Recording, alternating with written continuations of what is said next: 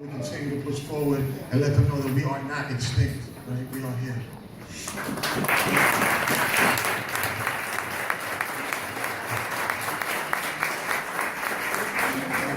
We had a paradise, a bunch of noble lords. We were a peaceful people on our own accord. But there were thoughts from the skies of war would arise. The medicine men have the sword in the skies. We used to walk around naked except for a night while painted, wearing shells and other kinds of decorations. We will feast on iguanas, sleep on hamacas, eating cassava and guava, speak with maracas, smoking tobacco, drinking water out of calabas, watching by the waterfall, watching for the caravan. One day, Udapan brought a storm from the ocean, and when the sky opened up, I saw them approaching. Red cross on the flag, flying from the ship. Stepped on our shores with iron in their grips, claimed our land in a language we didn't understand. Still we gave them good gifts as we stood in the sand, extended our hands to get cut by the blades of the swords as they laughed and swore they had it made. Their white skin illuminated by the lightning. We had never seen this type of thing. It was frightening. Drinking off the glare from the armor that they wore. Thick-bearded conquistador carnivores riding on top of a four-legged beast. We pray they turn around and start heading to the east. Many of my tribe awoke from banana leaves, soaked in insanity, focused on strategy. Because it was madness how we were labeled as savage, and they stole our land in the name of St. John the Baptist.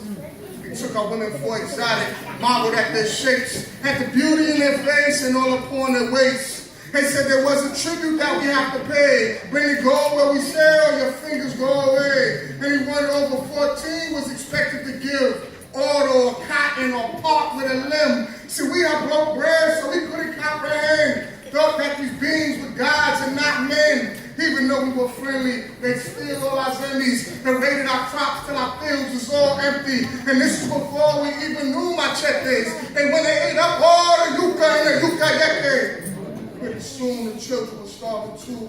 After we showed them how to grill fish on the barbecue, they wanted to hate us, take us, degrade us, enslave us, rape us, mate us. But we heard the drums playing in the distance, and we gathered at the bate in an instance, calling on the warriors, the proud and the brave, waiting for the sun and moon to come out of the caves, wondering what would come next out of the waves, thundering our festivals with gunpowder ablaze, dancing with my ancestors, preparing for battleships.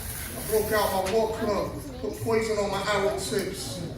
They must have heard us, or wanted to inherit us. But how many murders would it take to convert us? They set the wild dogs loose upon the people. We had never heard humans so cruel and so evil. They killed our caciques, so we fled to the mountains, took their forts down, and they came back in thousands. Disease had spread wherever they breathed. The amount of devastation one couldn't conceive. And it would leave and then come back again. Eventually, they started bringing Africans. The Spaniards forbade their religious practices, so they hid their gods behind saints that were Catholic.